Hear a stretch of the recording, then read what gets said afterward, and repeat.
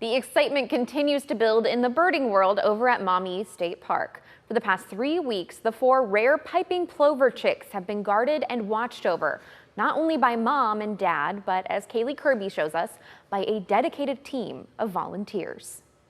But as soon as this was happening, there was no stopping me from at all, volunteering. This was like a dream come true for me. A month and a half ago, an historic moment began unfolding at Maumee Bay State Park. For the first time in 83 years, a pair of piping plovers nested there.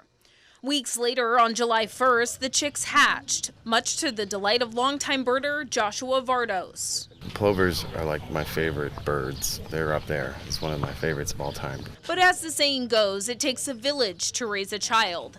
In this case, mom and dad Nellie and Nish, and dozens of volunteers. Once word got out, nearly 100 people offered to help, many spending their only free time to do so.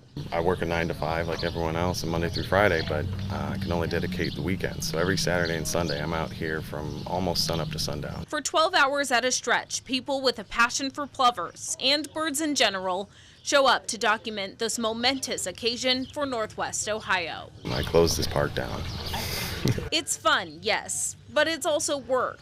Each shift is filled with a lot of watching and a lot of writing, all of which may sound boring, but for something as historic as this, it's invaluable.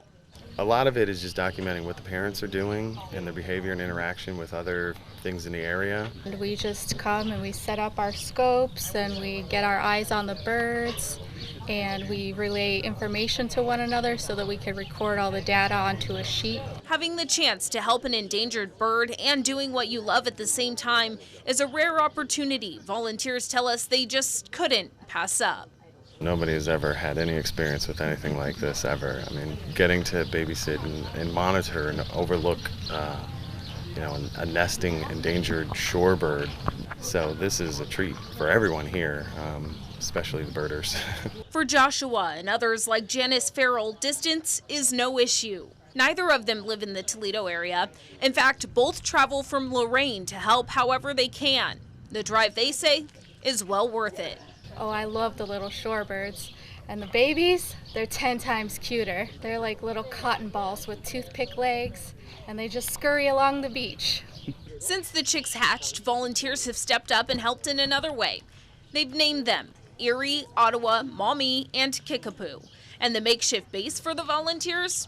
Well, they named that too, Ploverville. It's an experience they say they'll never forget.